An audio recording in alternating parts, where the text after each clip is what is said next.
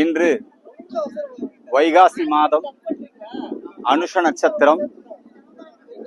நம்முடைய திருக்குறளை அருளிய திருவள்ளுவ நாயனார் அவதரித்த நட்சத்திரம் இந்த அனுஷ நட்சத்திரம்.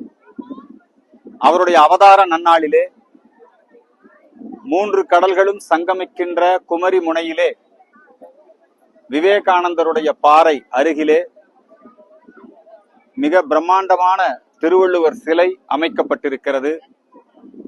நம்முடைய பாரத சமுதாயத்தினுடைய அடையாளம், ஹிந்து தர்மத்தினுடைய அடையாளம், சனாதன ஹிந்து தர்மத்தினுடைய சாரம்தான் திருக்குறள்.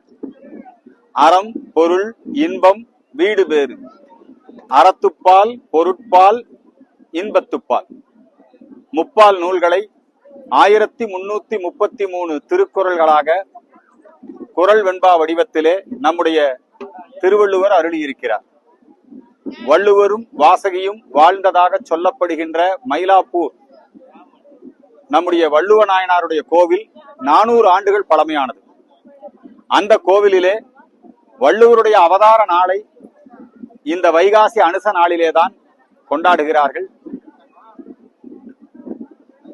வள்ளுவன் தன்னை உலகினுக்கே தந்து வான்புகழ் கொண்ட தமிழ்நாடு என்று பாடுகிறார் பாரதியார்.